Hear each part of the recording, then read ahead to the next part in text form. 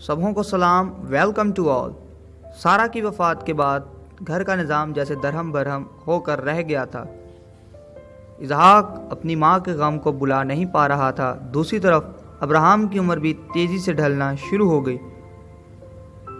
और हर माँ बाप की तरह अब्राहम की भी अब यही ख्वाहिश थी कि वो अपने बेटे को अज़दवाजी बंधन में बंधता हुआ देखे, और वो ये भी चाहता था कि उसके बेटे की शादी उसकी नज़रों के सामने हो, क्योंकि वो बेहतर तौर पर इस बात की बाबत जानता था कि चारों तरफ गैर अक़वाम मौजूद हैं और वो गैर अक़वाम के साथ ताल्लुकात बढ़ाना नहीं चाहता था, जिसकी वजह से उसने इसहाक की शादी अपने ही ख़ानदान के अंदर करने का फ़ैसला किया और अपने एक नौकर को जो उसके घर के सारे माल का मुख्तार था, या दूसरे अल्फाज में आज के दौर में हम उसको सेक्रेटरी कह सकते हैं, वो था।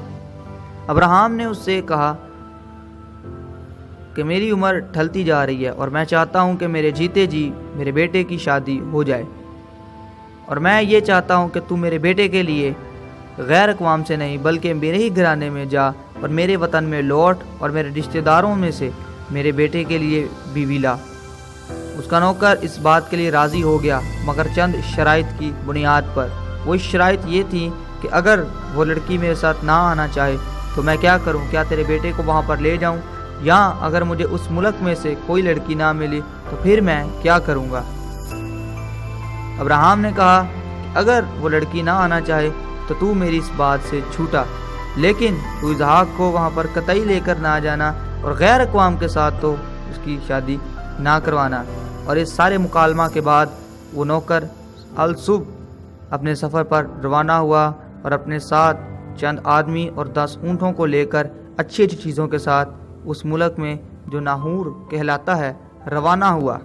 और सफ़र करते करते आखिर को वो थक गया और शाम होते हुए उसने एक सायादार दरख्त के नीचे पनाह ली, जिधर पास ही एक कुआं और एक हौज़ मौजूद था।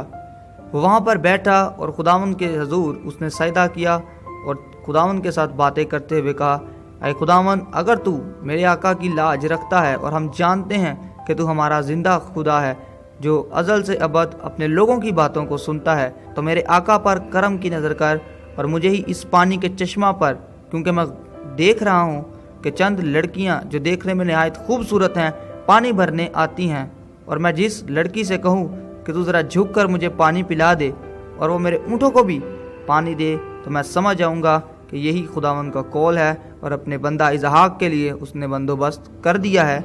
नेज़ मेरे आका पर भी करम की नज़र हो गई। ये कहते कहते उसकी नज़र एक खूबसूरत कुंवारी लड़की पर पड़ी। उसने सर उठाकर देखा तो एक खूबसूरत लड़की कुएं की तरफ आ रही थी। वो खाली घड़ा अपने कंधे पर उठाए हुए थी। लड़की ने घड़ा पानी से भर लिया तो नौकर जल्दी से उसकी तरफ बढ़ा और बोला, क्या मेहरबानी करके मुझे पानी पिला दोगी? लड़की ने बड़ी खुशी और रजामंदी से फौरन घड़ा झुकाया और उसे पानी पिलाया। इतने में उसकी नज़र ऊँटों पर भी पड़ी। वह समझ गई कि ये भी प्यासे होंगे। चुनाचा उसने उस अजनबी से कहा, तुम्हारे ऊँटों को भी पानी पिला दूं? अब्राहम के नौकर ने आहिस्ता से सर हिलाया। वो लड़की जल्दी जल्दी पानी भर भर कर लाती और हौज़ में डालती गई, यहाँ तक कि हौज़ भर गया और ऊँटों ने सैर होकर पिया। अब्राहम के नौकर की खुशी की इंतहा ना रही। उसकी दुआ का जवाब मिल गया। उसने लड़की से पूछा, तेरा नाम क्या है और तू किसकी बेटी है? लड़की ने बताया, मेरा नाम रिबका है और मैं बैतुएल की बेटी और नाहूर की पोती हूँ। वो नौकर जान गया खुदा ने कैसी मेहरबानी की कि उसे अपने मालिक के ख़ानदान के पास ले आया। उसने कीमती जेवरात निकाले और रिबका को पहनाए, जिनमें एक नथ और 2 कड़े शामिल थे। रिबका उस नौकर को अपने घर ले गई। नौकर ने सारी बात और वाकया उसके ख़ानदान को सुनाया। रिबका का भाई लाबन और उसका बाप और उसकी माँ रिबका की शादी इसहाक से होने के लिए राज़ी हुए, क्योंकि साफ नज़र आता था कि खुदा यही चाहता है। अगली सुबह नौकर वापस जाने को तैयार हुआ। वो जल्द से जल्द अपने आका के पास पहुंचना चाहता था। रिबका के घर वाले नहीं चाहते थे कि इतनी जल्दी उससे जुदा हो। उन्होंने नौकर से कहा, चंद रोज़ और ठहरा रह, कम से कम 10 दिन तक तो रह, क्योंकि हमारी लड़की हमसे जुदा होने वाली है।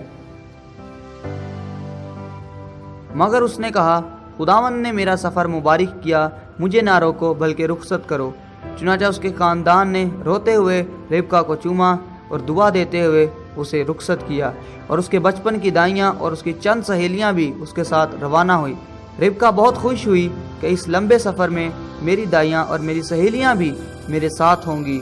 وہ سوچ رہی تھی کہ اس سفر کے خاتمہ پر وہ اپنے اس شوہر سے ملے گی جسے اس نے کبھی دیکھا بھی نہیں تھا۔ جب وہ قافلہ ابراہیم کے ڈیرے کے نزدیک پہنچا تو ربکا نے دیکھا ایک شخص میدان میں چلا آ رہا ہے۔ یہ دیکھ کر وہ اونٹ پر سے اتر پڑی اور اس نے نوکر سے پوچھا یہ شخص کون ہے جو ہم سے ملنے کو میدان میں چلا آ رہا ہے؟ اس نوکر نے کہا یہ میرا مالک اسحاق ہے۔ تب اس نے برقع لے کر اپنے اوپر ڈال لیا، یعنی اپنے منہ کو کور کیا۔ نوکر نے جو کیا تھا سب اسحاق کو بتایا۔ تب اس نے ربکا سے بیاہ کر لیا اور اس سے محبت کی۔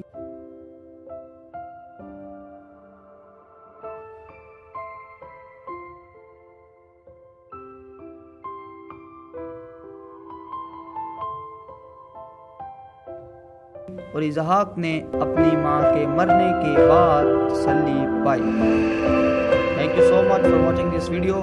پلیز اس ویڈیو کو لائک کیجیے اور اپنے عزیزوں کے ساتھ اس کو ضرور شیئر کیجیے گا تاکہ وہ بھی کلام مقدس کی حقیقت کو جان سکے۔ اسٹے بلیسڈ، آمین۔